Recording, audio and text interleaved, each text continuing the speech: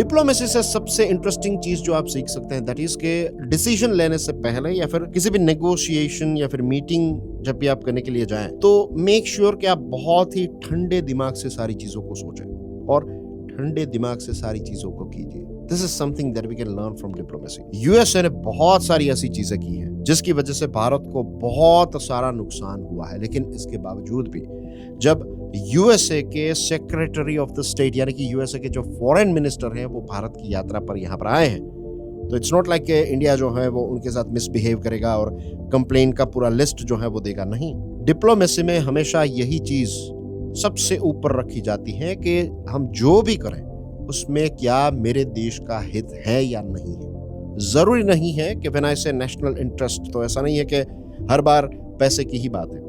कई बार हम किसी देश को मेडिसिन सप्लाई करते हैं। कोविड के टाइम पर हमने देखा 100 से ज्यादा देशों को भारत ने मेडिसिन सप्लाई की, वैक्सीन सप्लाई की। That was not just for money, ये भारत के सॉफ्ट पावर को बिल्डअप कर रहा है, तो इंडिया विल डू इट। कई बार हमें ये लगता है कि भाई हम बांग्लादेश को पैसे क्यों दे रहे हैं, हम श्रीलंका को पैसे क्यों दे रहे हैं, हम उस देश की मदद क्यों कर रहे हैं। हमारे देश में भी इतने लोग गरीब हैं, हमें हमारे देश की पहले मदद करनी चाहिए, हमारे देश के लोगों की पहले मदद करनी चाहिए। टर्की में अर्थक्वेक आता है और हम उनको पैसे भेजते हैं या फिर सामान भेजते हैं, ये सारी चीजें हमें बंद कर देनी चाहिए। ऐसा नहीं होता है। This is not how it works. You have to play your game very well. और समझ लीजिए कि एक पूरा जो पियानो है ना आपके पास, तो you will not play with only few keys. आप पियानो अच्छी तरीके से बजाने का मतलब है कि आप सारी कीज जो हैं उनको कब प्रेस करनी है, you know it. So diplomacy में ये चीज ये एक ऐसी चीज है जो हम सीख सकते हैं। एंड आज हम इंडिया यूएसए की टाइज के बारे में बात करने वाले हैं। एक आपके लिए प्रश्न है, analyse how the transition of India US relations from strategic convergence to transactional reciprocity impacts India's strategic autonomy.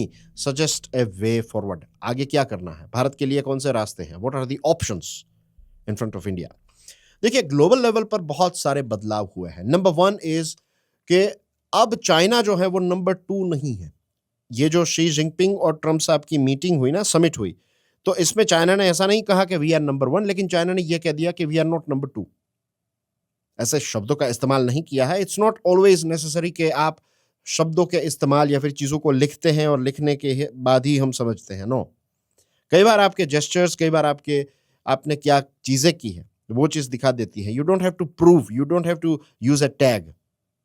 और यहां पर चाइना ने ऐसा ही किया है और यूएसए इस बात को मान भी रहा है कि चाइना हमारा पीयर है, और ये एक्सेप्ट कर लेना अपने आप में चाइना की बहुत बड़ी जीत है। और ये जो समिट रही ना यूएसए और चाइना की, तो इसमें यूएसए के लिए इतना कोई खास फायदा नहीं हुआ।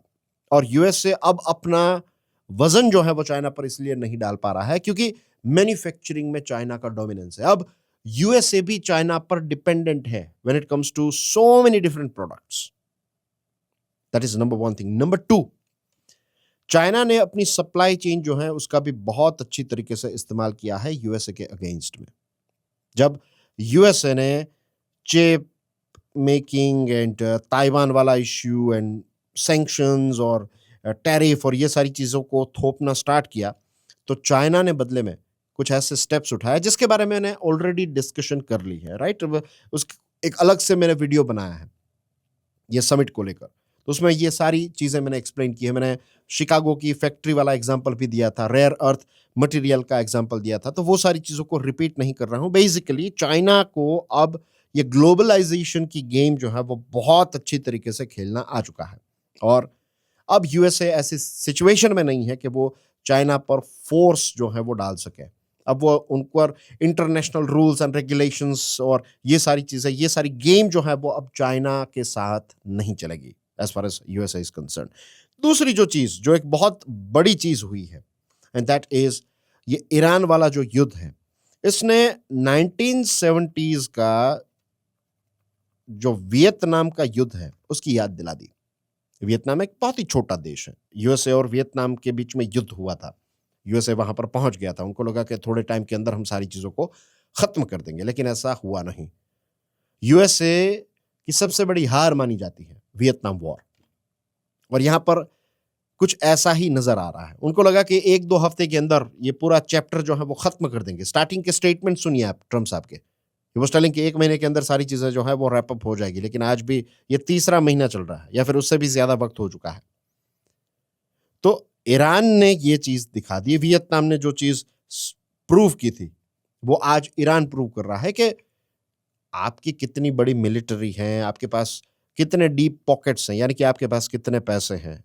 आपके एयर बेस और मिलिट्री बेसिस दुनिया के अलग-अलग कोनों में हो सकते हैं। But that does not mean, and of course I would like to add one more point over here, कि आप कितना दर्द हमें दे सकते हैं।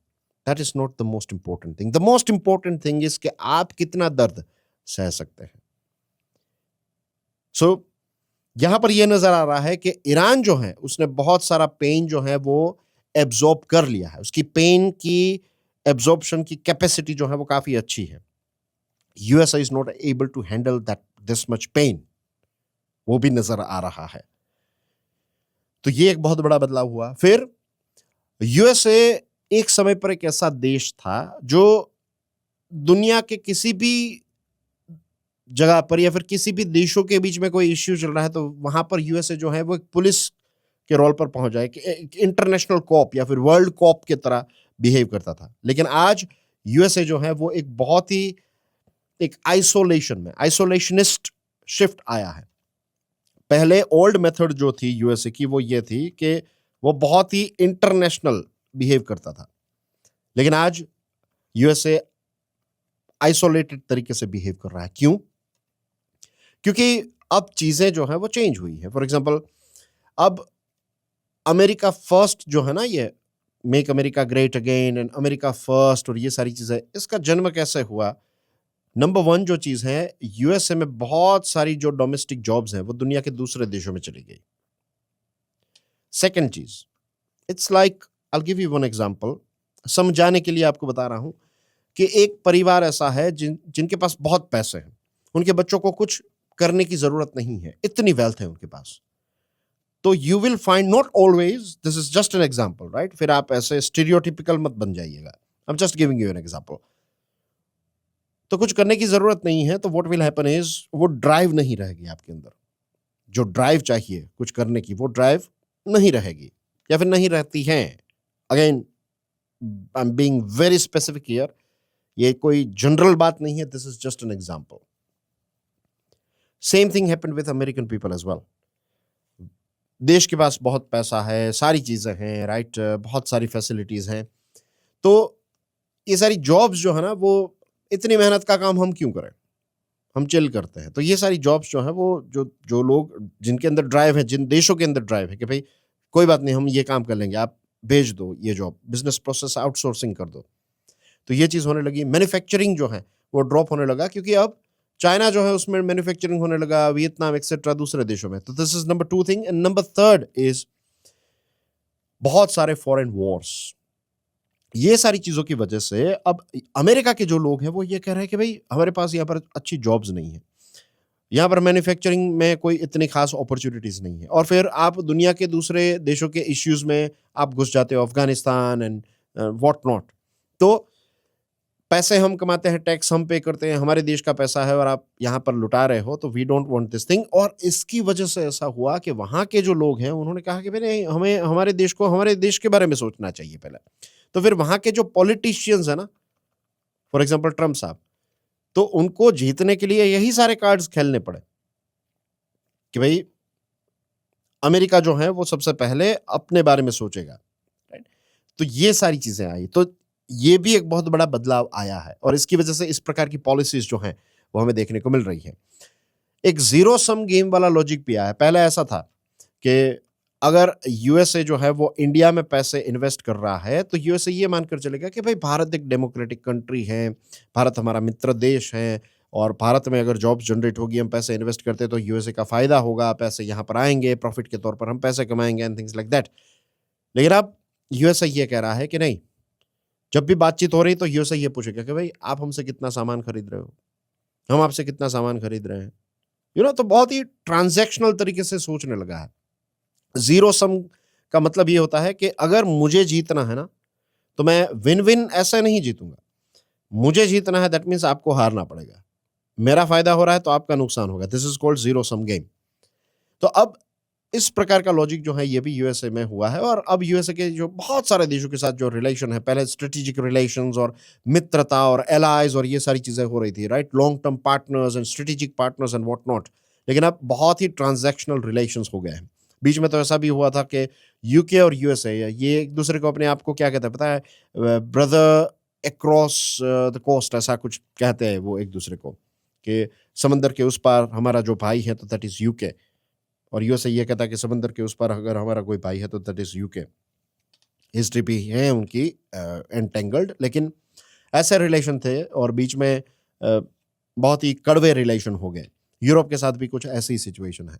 तो ये बड़े-बड़े बदलाव जो हैं वो हमें देखने को मिले हैं और ग्लोबल गवर्नेंस के जो गोल्स है यूएसए मीन्स जो यूएसए अब इस प्रकार से बिहेव करने लगा है कि जो ग्लोबल गवर्नेंस के गोल्स हैं जैसे UN, UNSC, WHO, then world trade organisation etcetera, तो ये सारी चीज़ों का सुनता नहीं है। वो खुद अकेले यूनिलैटरल डिसीजंस जो हैं वो लेने लगा है और कहीं ना कहीं ये प्रूव करने लगा है कि might is right.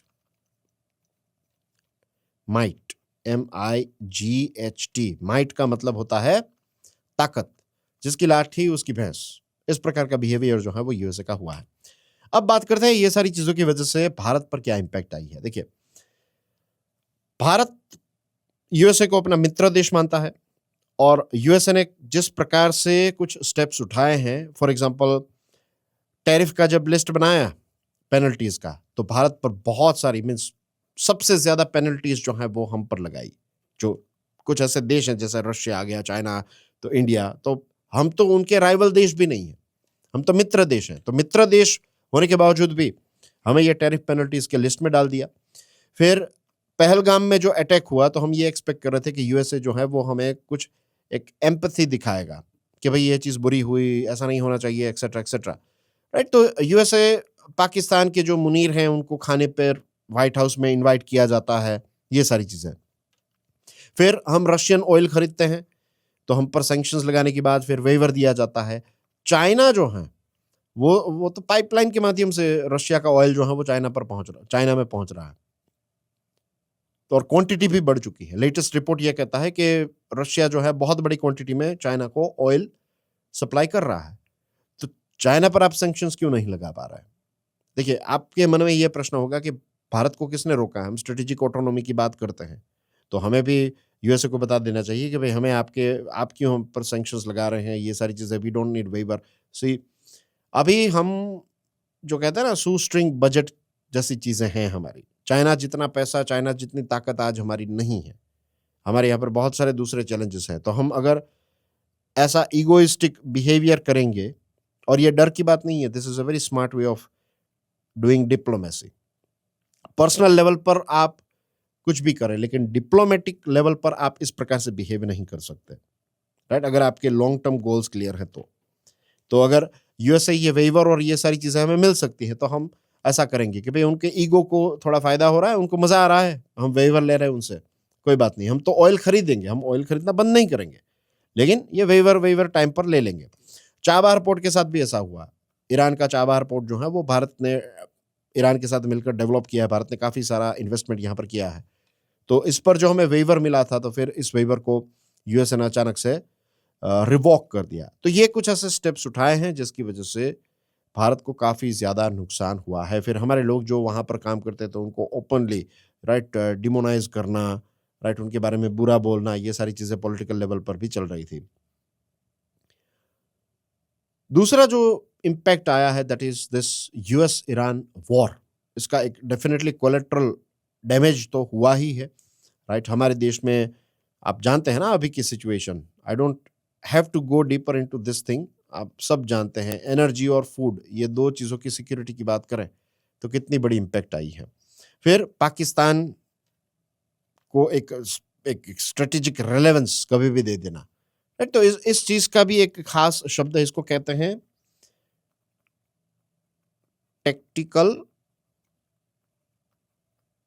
Opportunism. Tactical opportunism इसका मतलब ये होता है कि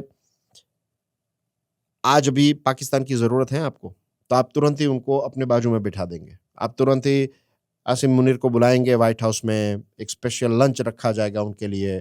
फिर ये अभी ईरान और ये युद्ध चल रहा है तो उसको रोकने के लिए you are allowing Pakistan to mediate. वैसे वो सऊदी अरेबिया ने इनिशिएट किया था कि पाकिस्तान को कहा था कि आप इसमें घुस जाओ और आप इसमें मिडल मैन के तौर पर काम करो, मीडिएटर के तौर पर काम करो।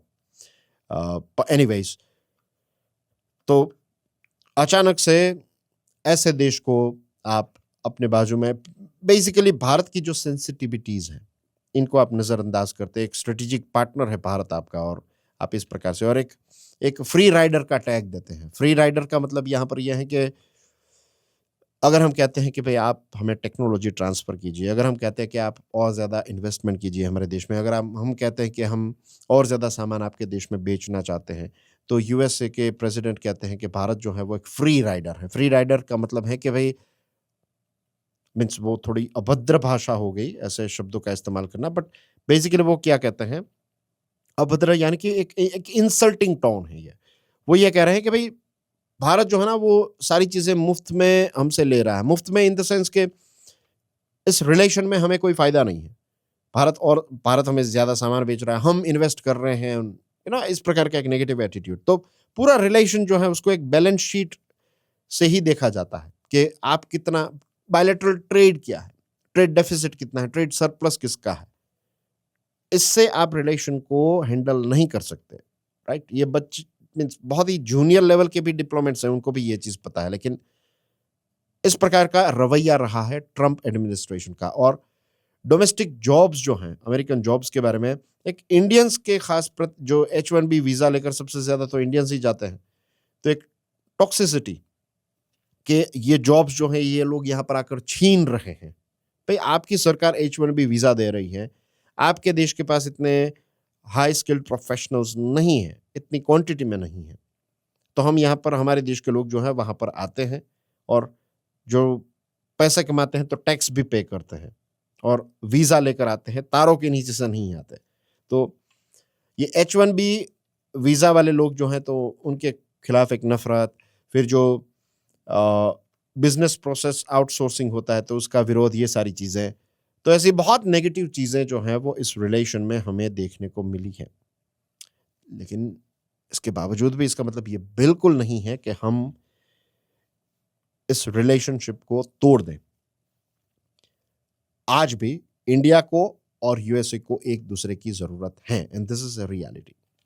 डीप सीटेड स्ट्रक्चरल इंटरडिपेंडेंसीज हैं, और मैन्युफैक्चरिंग में जैसे मैंने बताया ना आपको कि चाइना बहुत ही बड़ा हो चुका है, इतना बड़ा है कि अगर एक पर्सपेक्टिव से अगर आपको इसको समझना है तो आप समझिए कि जापान, जर्मनी और यूएसए, ये तीनों देशों का मैन्युफैक्चरिंग जो है, इंडस्ट्रियल आउटपुट, इनका टोटल करें तो इससे भी ज्यादा इंडस्ट्रियल आउटपुट जो है वो चाइना का है।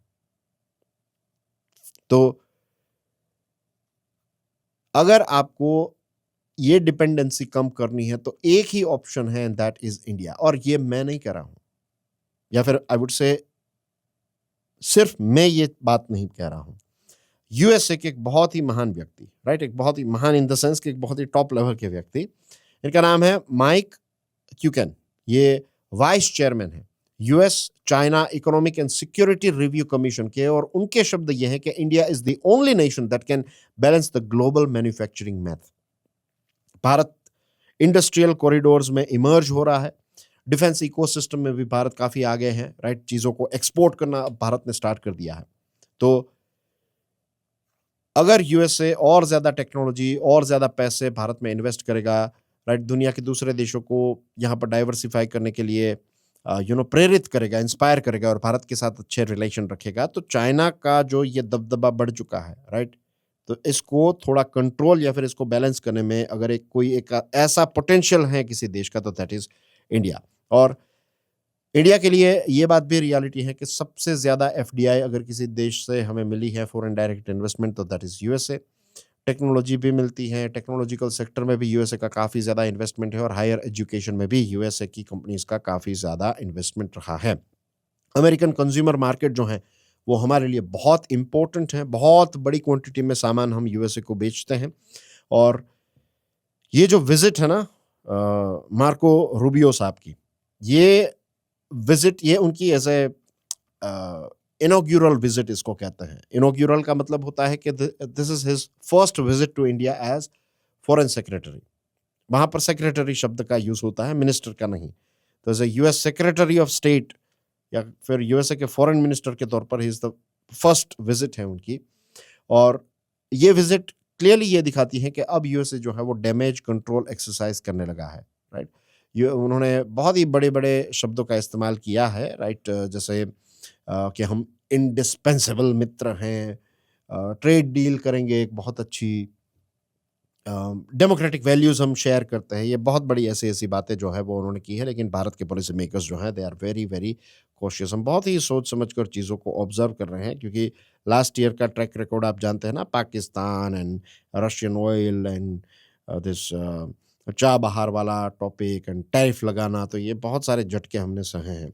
और वी ऑल्सो नो कि भाई ट्रम्प साहब जो हैं उनका पूरा काम करने का तरीका जो है it is very mercurial, right, कि मूड स्विंग्स उनके होते रहते हैं। और भारत को ये भी एक इश्यू है कि हमें हमारे साथ बड़ी बड़ी चीज़ों में कंसल्ट नहीं किया जाता। जैसे ये जो युद्ध है, तो अगर आप ऐसी कोई सिचुएशन करने वाले थे तो हमें थोड़ी हिंट दे देते। आई एम नॉट सेइंग कि भाई भारत को वो आकर कहे कि भाई हम युद्ध करने वाले हैं, लेकिन वो कह दे कि भाई ऑयल रिजर्व्स जो हैं वो अच्छा बना कर रखो, ये वो एक्सेट्रा, ऐसी हिंट दी जाती है। तो उससे भारत जो है वो थोड़ा और ज़्यादा प्रिपेयर्ड हो जाता। और आप क्या कर रहे हैं कि यूएसए का ये भी एक बहुत बड़ा प्रॉब्लम है कि वो जियोपॉलिटिकल कोई भी एक यूनिलैटरल, राइट, यूनिलैटरल का मतलब है कि वो अकेले ही कोई डिसीजन ले लेगा और ये नहीं सोचेगा कि हमारे जो मित्र देश हैं उनकी हालत क्या होगी, जो भी होगा वो आप हैंडल कर लेना, इस प्रकार का एटीट्यूड रखा है। तो अभी जो स्वीट डिप्लोमेटिक शब्दों का इस्तेमाल किया जा रहा है ना, वो ये सारी चीज़ों को ये डैमेज जो हो चुका है इट इज़ वेरी डीप।